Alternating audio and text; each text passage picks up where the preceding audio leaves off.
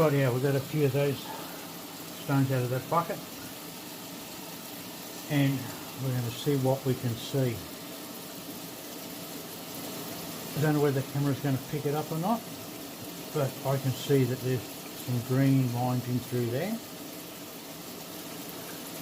There's a big green bar with a bit of blues and purples in it going through there. Goes through there, and by the look of it, it's going to come back through the other side here. So that's going to be a very interesting rock to cut. Pretty much we're going to take the top off and see what we discover, and then we'll have to make some decisions on how and where we go. Our first process is we'll rub it on the 80 grit wheel to smooth out a bit so I get a better idea, and then we'll might shine it up a little bit with the 120, and then we might take it over and use the saw and cut it into sections or to whatever we decide after we've had a rub. So that's that one.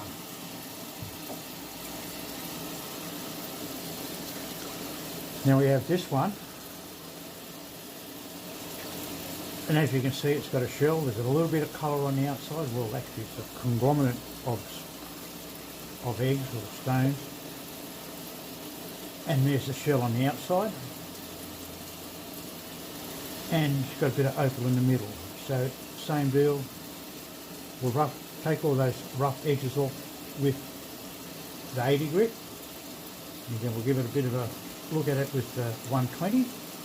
Then we'll make the decisions of where we go from there.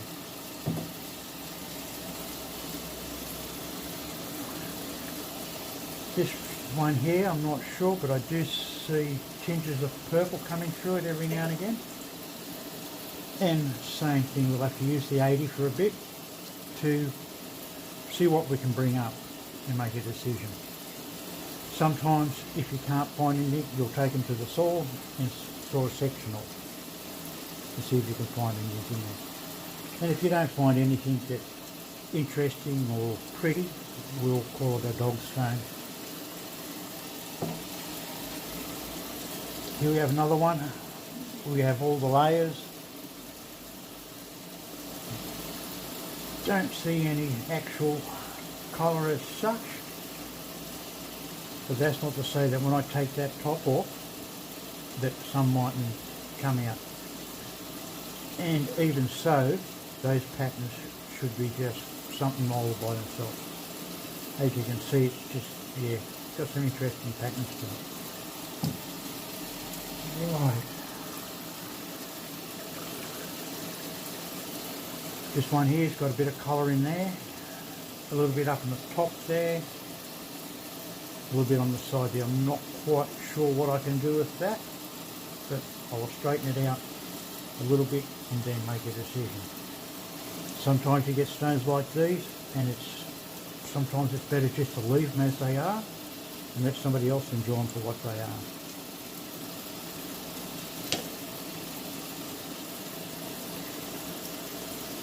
And here's another one, a little bit like an onion, the way the layers work. When you take this top part here off with the 80 or the 120, then you can start seeing what's going on. And then you can make your decisions of which way you're going to go.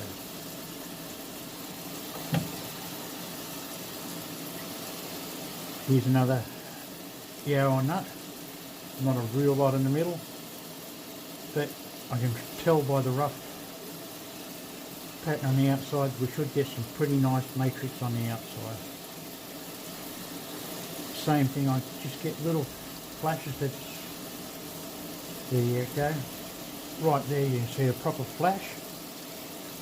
So there's going to be some fairly nice stone now. I see a bit of reds, greens, yellows, purples, blues. When you have such a thin surface like that, you won't use the 80, you'll just go to the 120 and take it off, because it's not very thick. So you just got to go gentle, gentle. To recap a little bit, you use the 80 just the bulk material off, but remembering that it leaves very deep scratches. Those scratches have to be taken out by this next wheel, which is a 120. So you've got to always keep in mind that each wheel is the depth of the scratches. Now see, we go, so we got 80, 120, 280, 600, 1200 and 3000. Those two end wheels you would not use on Lightning Visual White Cliffs wheels.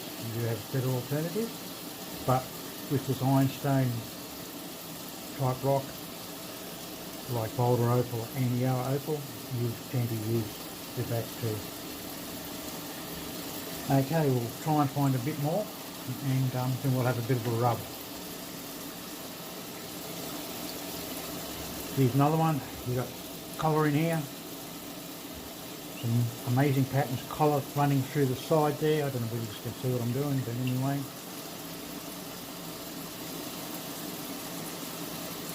And yeah, collar there again. Hole in it, which will make life interesting. Pity that didn't fill up full of opal. So there you go. So we'll have to give them all a bit of a rub, and then we'll see how we go. This is an example of the Yowah nut. That is empty, so it's pretty much you just throw it away. But I keep them because sometimes I'll find some really good patterns on them sometimes. And it's a good example of what it could be. If you're really lucky, sometimes you open up a Yowah nut and that can be absolutely full of crystal opal. But not this time. So there you go. As you can see, that's the way it sits because that's where the layer of the mud and stuff is going in it. So it must have had a small crack somewhere, but not enough to pull it full of opal. There we go.